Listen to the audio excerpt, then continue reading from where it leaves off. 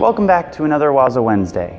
Today we will be looking at the Yama-Tsuki or mountain punch that is found mostly in Pasai or Basai kata, but it also shows up in various forms in other kata as well, whether with open hands or closed fists, and how that can be used not just simultaneously, but with a bit of a broken timing. So one of the things to consider with your Yama-Tsuki is the fact that you're not traveling in a perfectly straight line the way you see with your Gyaku-tsuki or your Oi-tsuki.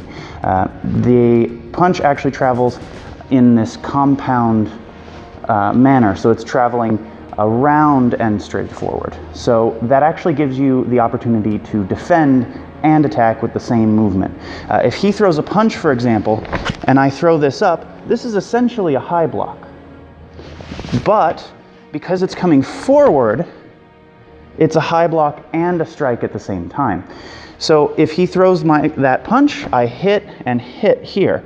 This other hand, if I'm using Yama-Tsuki, can simply be pinning this to make sure that it doesn't go anywhere. And again, it doesn't matter if I find his hand. If it's up here, I can pin his elbow to his body, and I still end up in this same position. Similarly, if he throws his other punch maybe lower, something like a body shot, I can cut into that as well. So as that comes in and I shoot this across, my arm effectively jams that punch so that it can't reach me, but mine, because it's on top of his, can hit him.